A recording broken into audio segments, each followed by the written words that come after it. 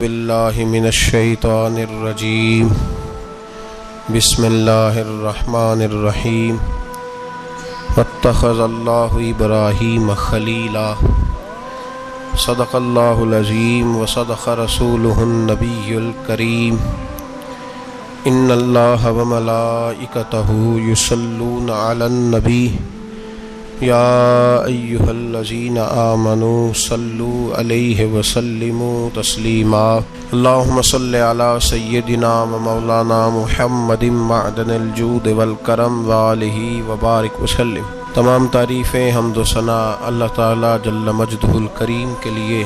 زاں بعد درود و سلام نبی محترم شفیع محتشم آقا کل ختم رسول دانائے سبل احمد مجتبیٰ جناب حضرت محمد مصطفیٰ صلی اللہ تعالی علیہ وسلم کی ذات والا صفات کے لیے حمد و صلات کے بعد، عزیز دوستو، بزرگوں اور بھائیوں، حضرت سیدنا ابراہیم خلیل اللہ علی نبینا علیہ الصلاۃ والسلام کا تذکرہ قرآن مجید نے کئی جگہوں پہ بیان فرمایا ہے۔ نبی پاک صلی اللہ تعالی علیہ وسلم نے ارشاد فرمایا ہے کہ میں ملت ابراہیم پہ ہوں۔ حضرت ابراہیم علیہ الصلاۃ والسلام کے سیرت کو، سوانح کو، ان کی زندگی کے واقعات کو قرآن مجید نے متعدد مقامات پہ بیان کیا ہے۔ انبیاء کرام علیہم السلام 1,24,000 کم و بیش ہوئے، لیکن دین اسلام میں نبی پاک علیہ السلام کی امت میں جو مقام حضرت ابراہیم کا ہے وہ بس انہی کا ہے۔ ان کی زندگی ایک بڑی خوبصورت، بڑی منفرد اور مسلمانوں کے لیے بڑی اسوہ نور دینے والی زندگی ہے۔ نبی پاک صلی اللہ علیہ وسلم نے فرمایا، میں اپنے باپ حضرت ابراہیم کی دعا بن کے دنیا میں آیا ہوں۔ اور پھر محبوب پاک سید عالم صلی اللہ تعالی علیہ وسلم نے اپنی امت میں بھی جناب ابراہیم کے طریقے کو جاری رکھا۔ صحابہ نے قربانی کے بارے میں حضور سے پوچھا، ما ہذہ الاضحیہ، یا رسول اللہ صلی اللہ علیہ وسلم یہ قربانی کیا ہے؟ تو فرمایا، سنت ابیکم ابراہیم، یہ تمہارے باپ حضرت ابراہیم کا طریقہ ہے، یہ تمہارے باپ حضرت، حالانکہ قربانی نبی پاک صلی اللہ علیہ وسلم کا بھی طریقہ ہے، لیکن فرمایا تمہارے باپ حضرت ابراہیم کے ذکر کو باقی رکھا۔ اللہم صلی علی محمد وعلی آل محمد کما صلیت علی ابراہیم وعلی آل ابراہیم، ان کے تذکرے کو باقی رکھا دین کے اندر۔ حضرت ابراہیم بڑی امتیازی شان والے نبی ہیں، بڑی امتیازی شان والے۔ رب کریم کا وہ دوست جس نے کوئی چیز بچا کے نہیں رکھی، ہر شے ہی اپنے رب کی بارگاہ میں پیش کر دی۔ چند چیزوں سے انسان کو بڑا پیار ہوتا ہے، گھر اسے بڑا پیارا ہوتا ہے۔ وہ بڑا خوبصورت ہوٹل، 5 سٹار ہوٹل میں رہا، وہ اسلام آباد گیا، کسی سفر پہ گیا تو بڑے اعلیٰ قسم کے اس کو کھانے ملے، بڑی چیزیں ملی، لیکن کبھی دائیں کروٹ کبھی بائیں کروٹ۔ تو ساتھ بیڈ پہ دوست تھا تو اس نے کہا، صاحب سو جاؤ، تو اس نے کہا، یار جو مزہ اپنے گھر میں سونے کا ہے وہ کسی اور جگہ تھوڑی ہے۔ گھر بڑا پیارا ہوتا ہے، انسان لگاؤ ہوتا ہے، جس بے تکلفی سے، سکون سے، آرام سے انسان اپنے گھر میں وقت بتاتا ہے، کہیں اور مشکل ہو جاتا ہے۔ دوسرا، انسان کو اولاد بڑی پیاری ہوتی ہے، بڑی عجیب شے، نہ ہو تب بھی بڑا دکھ ہے، اور ہونے کے بعد بھی اس کی بڑی آزمائشیں، یہ بڑی ایک میٹھی چیز ہے۔ اولاد ایک بڑا عجیب سا میوہ ہے، پتہ نہیں یہ کس انجیکشن کا نام ہے کہ چھاتی پر چڑھ جائے تو اللہ سکون عطا فرما دیتا ہے، پتہ نہیں کس ٹھنڈی دولت کا نام رب کریم نے اولاد رکھا ہے، بڑی پیاری ہوتی ہے اولاد۔ پھر تیسری چیز، انسان کی اپنی جان ہے، اور یہ اتنی قیمتی شے ہے کہ اللہ کریم نے فرمایا کہ اگر تیری گردن پہ کوئی آدمی پستول رکھ کے، تلوار تیرے گلے پہ رکھ کے کہے نا کہ رب کا انکار کر دے ورنہ مار دوں گا، تو فرمایا وقتی طور پہ میری ذات کا انکار کر پر جان بچا جا۔ اگر تو مرنے کے قریب ہو گیا ہے اور حرام شے کھائے بغیر تو بچ نہیں سکتا، مر جائے گا، تو فرمایا چل تو اس طرح کر، حرام کھا کے جان بچا. پر جان بچانا فرض ہے، ضروری ہے. وطن بڑا پیارا، اولاد بڑی پیاری، جان بڑی پیاری. پر حضرت ابراہیم سے رب کریم نے فرمایا چل ابراہیم کوئی چیز دے، تو کہا یا اللہ تینوں ہی تیرے نام پہ قربان کرتا ہوں، تیری ہوئی ساری، ہر شے تیری. حضرت ابراہیم نے دین کے لیے، آپ شہر بابل کے قریب پیدا ہوئے تھے، وہاں سے مصر آئے، مصر سے فلسطین آئے، اور فلسطین سے آ کر کے کعبہ آباد فرمایا. زندگی سفروں میں گزری. سفر ایک تکلیف والی چیز ہے، پر حضرت ابراہیم نے وطن چھوڑ دیا، گھر چھوڑ دیا. جان بڑی عزیز ہوتی ہے.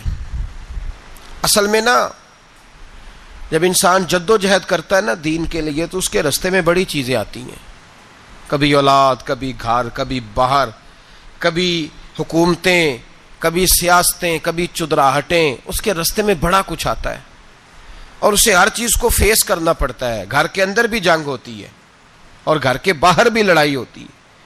یہ آسان ہے ہی نہیں. ہم تو خیر ہتھیار چھوڑ کے پھینکنے والے لوگ ہیں، ہم بھولے بھالے لوگ ہیں. ہم کہتے ہیں میں نے تو کہا تھا مہندی نہ کرو، پر بیٹے نہیں مانے، بولے جو ہوئے. اسی طرح حالانکہ اگر وہ بیٹا کہے نا کہ ابا جی لاؤ زندگی میں سارا کچھ میرے نام کرو، تو پھر ہم بولے نہیں ہوتے، اور اس وقت ہم تیز ہوتے ہیں، کہتے ہیں یہ کیسے ہو سکتا ہے، ہاتھ کاٹ کے دے دوں. اس وقت نہیں.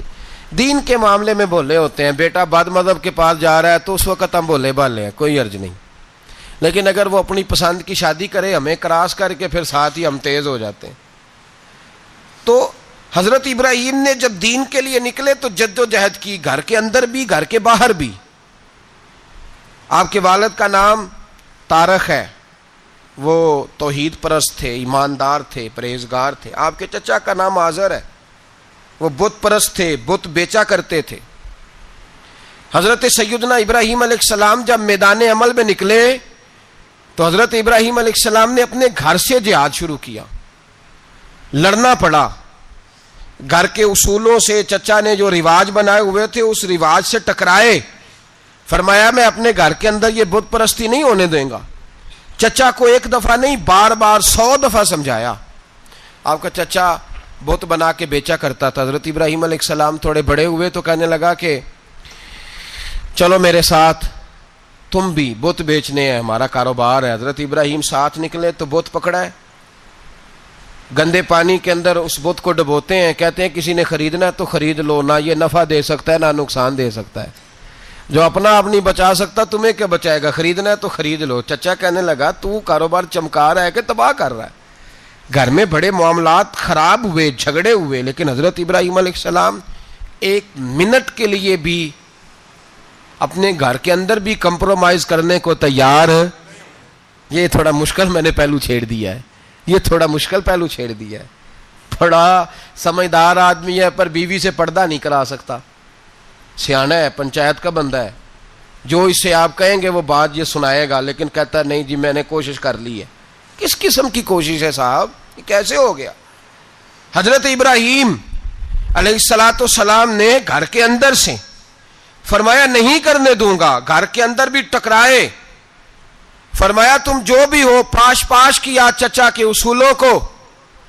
اور باہر جب نکلے تو صرف علاقے کے چیئرمین سے نہیں ٹکرائے، ایم پی ایم این اے، وزیر مشیر سے نہیں ٹکرائے. سپر پاور نمرود دنیا کا واحد حکمران تھا اس وقت، دوسرا کوئی حکمران ہی نہیں تھا. اکیلے حکمران سے جا کر ٹکرائے.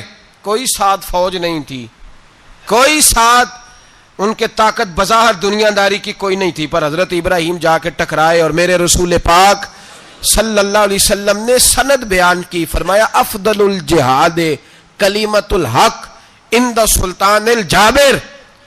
فرمایا سب سے افضل جہاد یہ ہے کہ تو ظالم بادشاہ کے سامنے کھڑے ہو کے حق بات بیان کر دے. یہ سب سے بڑا جہاد ہے. یہ سب سے افضل الجہاد کلمۃ الحق عند سلطان الجابر، سب سے بڑا جہاد. حضرت ابراہیم کھڑے ہو گئے، سپر پاور سے ٹکرائے. یہاں ہم لوگ حکمتوں کا شکار ہیں، دیکھیں گے، کریں گے، سوچیں گے. اور مولوی صاحب کو ویسے کہتے ہیں آپ پرہیز کریں سیاسی باتوں سے. بھئی اللہ کے ہر نبی نے جا کے وقت کے ظالم حکمران کو لتاڑا ہے, للکارا ہے. یہ تو مشن انبیاء ہے. حضرت سیدنا ابراہیم علیہ السلام نے جو اس کو جا کے کہا کہ تو جھوٹ بولتا ہے, تو جھوٹا ہے, تو خدائی کا دعویٰ کرتا ہے, تو بہت بڑا ظالم ہے. اور قرآن مجید نے اس ساری بات کو بیان فرمایا ہے. حضرت ابراہیم علیہ السلام سے کہنے لگا میں رب ہوں. تو آپ نے فرمایا میرا رب تو وہ ہے جو زندہ کرتا اور مارتا ہے. تو پھر آپ حق بات بیان کریں گے تو اللہ مارے گا کہ بندہ مارے گا؟ کچھ بھی نہیں ہوتا, کیونکہ زندگی موت کس کے ہاتھ میں ہے؟ اللہ کے ہاتھ میں. زندگی موت اللہ, کچھ بھی نہیں ہوتا. انسان صحیح سمت کا تعین کرے اور صحیح چلے. حضرت علی شیر خدا سے کسی نے کہا تھا کہ آپ کے بڑی دشمنی ہے, کوئی محافظ رکھ لیں. آپ فرمانے لگے موت خود بہت بڑی محافظ ہے, وقت سے پہلے آتی ہی نہیں. بڑی محافظ ہے, وقت سے پہلے. علامہ نورانی رحمۃ اللہ تعالی علیہ کراچی جیسے شہر میں رہا کرتے تھے, جہاں گام پہ خطرہ تھا. لوگوں نے کہا حضرت اتنے بڑے لیڈر ہو, آپ کی جماعت کی 62 سیٹیں ہوئی قومی اسمبلی میں, ایک ایسا وقت بھی آیا تو کوئی ایک آدمی بندوق والا. آپ فرمانے لگے مجھے ضرورت ہی نہیں, اس لیے کہ جس خدا رسول کے لیے میں نکلا ہوں وہ خود ہی حفاظت کرنے والے ہیں, ضرورت نہیں ان چیزوں. تو بھائی حضرت ابراہیم ٹکرائے, اور آپ کا انداز کیا ہے؟ جا کے کہا کہ تو نہیں, خدا وہ ہے جو زندہ کرتا. اور اس نے ایک بیوقوفوں جیسی دلیل دی. ایک آدمی کو کل پھانسی دینی تھی تو اس کو بلایا, کہنے لگا تجھے کب پھانسی ہے؟ اس نے کہا کل. کہنے لگا جا تجھے ذات کیا زندگی دی, اس کو چھٹی دے دی. ایک عام آدمی بیچارہ بیٹھا تھا, اس کو پکڑ کے نا کہنے لگا اس کی گردن اڑا دو. کہنے لگا دیکھ لو میں بھی زندہ کرتا اور مارتا ہوں, وہ جو کل مرنے والا تھا میں نے زندہ کر دیا ہے, اور جس کو پتہ ہی نہیں تھا کہ میں نے مرنا ہے اسے پکڑ کے میں نے مار دیا ہے. یہ بیوقوفوں جیسی دلیل ہے. حضرت سیدنا ابراہیم علیہ السلام چاہتے تو اسی وقت دلیل توڑ دیتے کہ تو کیا بیوقوفوں جیسی بات کر رہا ہے, اگر تو زندگی دیتا ہے تو مرے ہوئے میں جان ڈال کے دے جس کو تو نے مارا ہے. لیکن حضرت ابراہیم نے دیکھا کہ بیوقوف ہے, بیوقوفوں سے بحث نہیں ہوتی, دلیل بدل لی جاتی ہے, ان کی عقل کے مطابق بات کی جاتی ہے. حضرت ابراہیم فرمانے لگے میرا رب وہ ہے جو سورج مشرق سے نکالتا ہے اور مغرب میں غروب کرتا ہے. تو اگر رب ہے تو تو مغرب سے نکال کے مشرق میں غروب کر. فبہت الذی کفر, کافر لاجواب ہو گیا, اس کے پاس اس چیز کا کوئی جواب نہیں تھا. علامہ اسماعیل حقی نے خوبصورت فقرہ لکھا ہے, خوبصورت جان ڈال دی ایک جملہ کہہ کے. حضرت سیدنا علامہ اسماعیل حقی رحمۃ اللہ علیہ فرمانے لگے چونکہ نمرود بیوقوفوں جیسی باتیں کر رہا تھا, اگر وہ یہ کہہ دیتا نا کہ میں سورج کو نکالتا ہوں مشرق سے, میں غروب کرتا ہوں معاذ اللہ مغرب میں نکالتا ہوں, تو آپ اپنے رب سے کہیے کہ وہ مغرب سے نکال کے مشرق میں غروب کرے. علامہ اسماعیل حقی فرماتے ہیں رب کریم کی آواز قدرت تھی, مالک حضرت ابراہیم علیہ السلام کے اس, اگر وہ کہہ دیتا اور حضرت ابراہیم دعا کر دیتے تو رب کریم نے فرشتوں کو تیار بٹھایا ہوا تھا. فرمایا اگر یہ کہہ دے میرے خلیل سے کہ سورج مغرب سے نکال کے مشرق میں غروب کرنا ہے تو تیار رہنا, جس طرح خلیل کہیں گے ویسے ہی کر دیں گے. واتخذ اللہ ابراہیم خلیلا, ابراہیم ہمارا دوست جو ہوا, جیسے کہے گا ویسے کر دیں گے. حضرت سیدنا ابراہیم علیہ السلام کی باتوں کا جب جواب نہ دے سکا, دلیل نہیں بندہ دیتا, پھر لڑائی کرتا ہے, پھر جھوٹے موٹے اعتراض کرتا ہے. دلیل ختم ہوتی ہے تو لوگ ذاتیات پہ اترتے ہیں, کہتے ہیں یہ کھانستا صحیح نہیں, دیکھتا صحیح نہیں. دلیل ختم, اب ذاتیات پہ اترے, کہنے لگے مجھے پتہ چلا ہے کہ یہ فلانی جگہ گیا تھا تو وہاں جا کے اس نے اس طرح کیا ہے. پھر لوگ ذاتیات پہ اترتے ہیں, جب دلیل کا جواب دلیل سے نہیں دے پاتے پھر ذاتیات پر اتر کر حملے کرتے ہیں. حضرت ابراہیم کے دلائل کا جواب نمرود نہ دے سکا تو کہنے لگا کہ اس کو آگ میں ڈال دو. قوم گئی ہوئی تھی ساری, آپ نے بات سنی ہوئی ہے, میں نے صرف اشارہ دینا ہے, میلے پہ. تو حضرت سیدنا ابراہیم علیہ السلام نے سارے بت توڑ دیے, کلاڑا بڑے بت کی گردن پہ رکھا. واپس آئے, کہنے لگے بت کس نے توڑے ہیں؟ تو فرمایا اس سے پوچھ لو جس کی گردن پہ کلاڑا ہے. کہنے لگے یہ تو بول ہی نہیں سکتا. تو فرمانے لگے بڑے بیوقوف ہو جو بولتا ہی نہیں, سنتا ہی نہیں, اپنا آپ نہیں بچا سکتا, اس کی پوجا کرتے ہو. کہنے لگے پکڑو, دلیلیں ختم ہو گئی, اس کو آگ میں ڈالو. بہت بڑی حویلی 45 فٹ مربع پہ مشتمل ایک حویلی بنائی گئی اور 45 فٹ اونچی.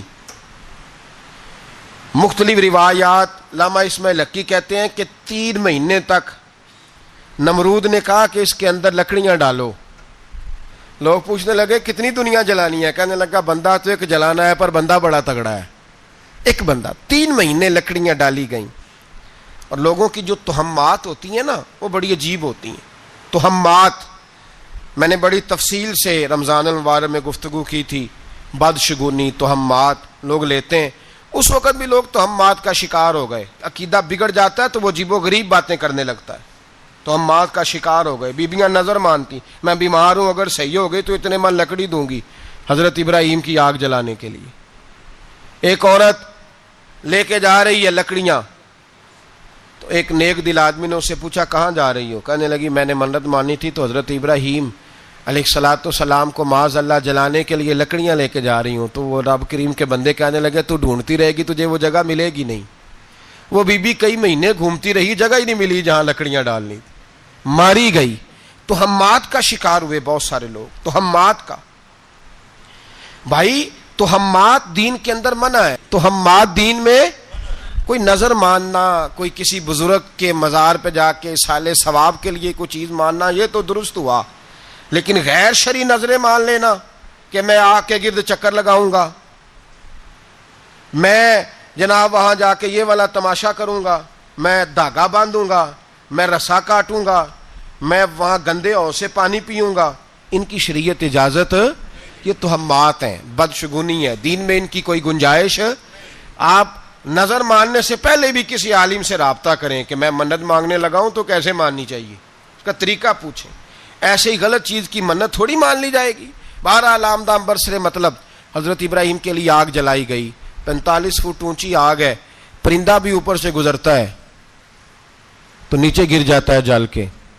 اتنے دن لگا کے آگ جلائی گئی.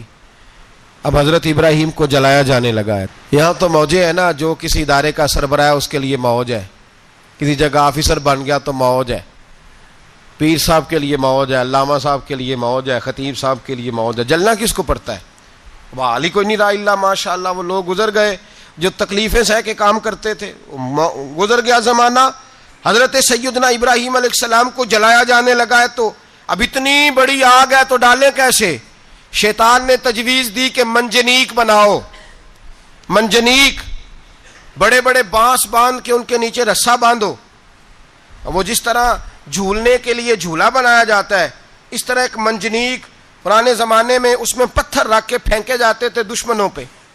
وہ منجنیق بنائی گئی کہ دور سے حضرت ابراہیم کو پھینکیں گے. ہاتھ حضرت ابراہیم کے باندھ دیے، پاؤں مبارک باندھ دیے. پوری زمین پہ ایک نام لینے والا خدا کا، اور اس کو آج رسیوں میں جکڑا ہوا ہے.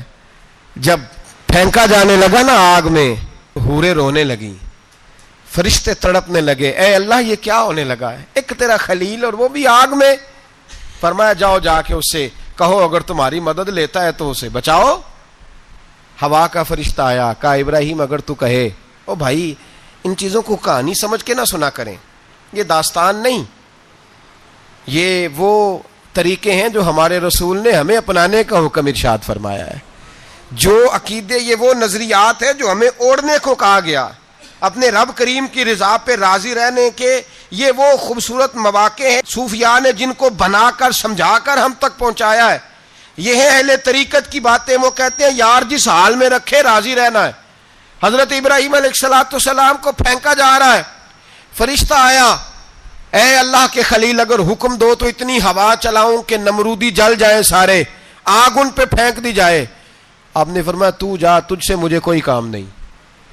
تھوڑی دیر کے بعد پانی کا فرشتہ آیا، کہا حضور اتنی بارش برساؤں گا کہ آگ بجھ جائے گی. فرمایا تو جا، تجھ سے کوئی کام نہیں.